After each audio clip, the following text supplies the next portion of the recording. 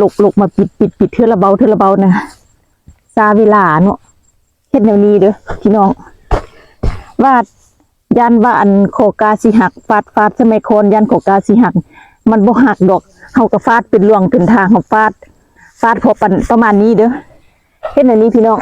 ฟาดให้เบิ่งหัวหม้อก็เฮาก็ต้องไม้เฮาจับสั่นได้มีแล้วก็แนวนี้บ่มีหักยันว่ากุกกานี่หักยันโคกาหักบ่หักพี่น้องนี่เด้ทีนี้เด้อมัดกานะนี่เด้พี่น้องนี่เด้อเนี่ยหน่อยเด้อเนี่ยหน่อยเด้อมัดกานะสาวหอนเพิ่นมัดกางามโกเนาะมัดบ่งามเนาะสบายดีเพิ่นได้สาวหอนสบายดีเอ้ยมัดกาเด้อสบายดีพี่น้องปองไปเบิดสุผู้สุคน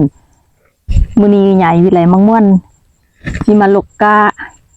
พาพ่อแม่พี่น้องมาเบิ่งวิธีลกกาของใหญ่วิไลมังม่วนเด้อสิเป็นแนวใดนั้นก็ติดตามรับเบิ่งรับชมไปพร้อมๆกันได้เลย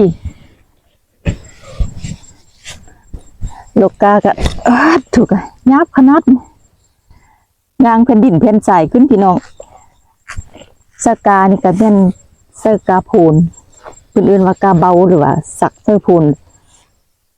บ่อนสันเนาะสันกับบ่สันหรอกบ่อนนี้เขาว่าเป็นเฮือหน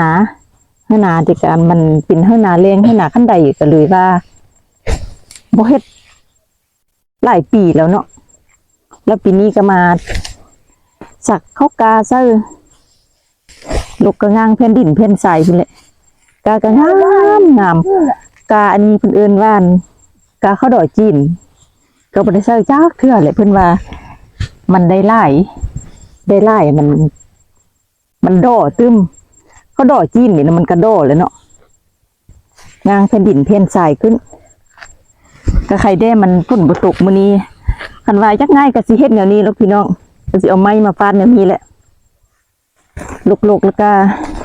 สิฟาดแนวนี้เอาเบิ่งก็ออกดีอยู่เลยเด้อโอ้พี่น้องไหวอีกตึมเลยเฮ็ดแนวนี้นี่จังไหวคันว่าเฮาลุกท่อนมาแล้วมาปิดเทื่อละเบานั่นมันซ่านี่บ่ได้พอครึ่งนาทีก็ยังได้5-6เบาเลยดิคันบ้านลุกมาปิดเทื่อละเบานะซาเวลาเนาะเฮ็ดแนวนี้เด้อพี่น้อง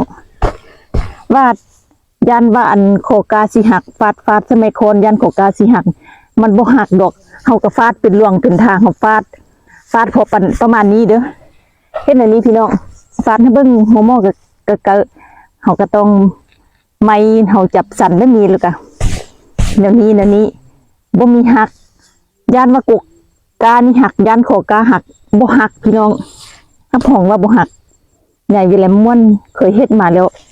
แนวเดาไว้ก็มาเผยแพร่ให้พ่อแม่พี่น้องได้เบิ่งได้ฮู้ได้เห็นแล้วก็เอาไปเฮ็ดนำกันเนาะแนวนี้ไว้เป็นตาสิเลวไว้เราก็ต้องเฮ็ดนำกันเนาะพี่น้องนี่แป๊บเดียวจะสิได้มัดนึงแล้วดิไม่ตอกกับบ่อยู่นี้เอาไม่ตอกก็อยู่ของตาก็บ่ได้มัดให้พี่น้องเบิ่งดอกโธ่พี่น้องหินกระไหลแถวว่าอันนี้ก็ล้านทรายยอมือสบายดีเพิ่นเด้โอ้ยพี่น้องล้านทรายนี่กันยอมือสบายดีก็บ่เป็นดอกลูกกา3-4คนก็ได้ซ้ำนี้แล้วมื้อนี้เดี๋ยวสิเอาให้เบิ่งทางนี้เด้อพี่น้องว่ามันสิเป็นแนวใดนี่เด้กากระเขียวอุ้ยตุยอันนั้นก็สาวพรกับเบ้าสีจันอีกตึ้มแล้วเด้อมาลกกาส่วนใหญ่วิไลมังม่วนปีนี้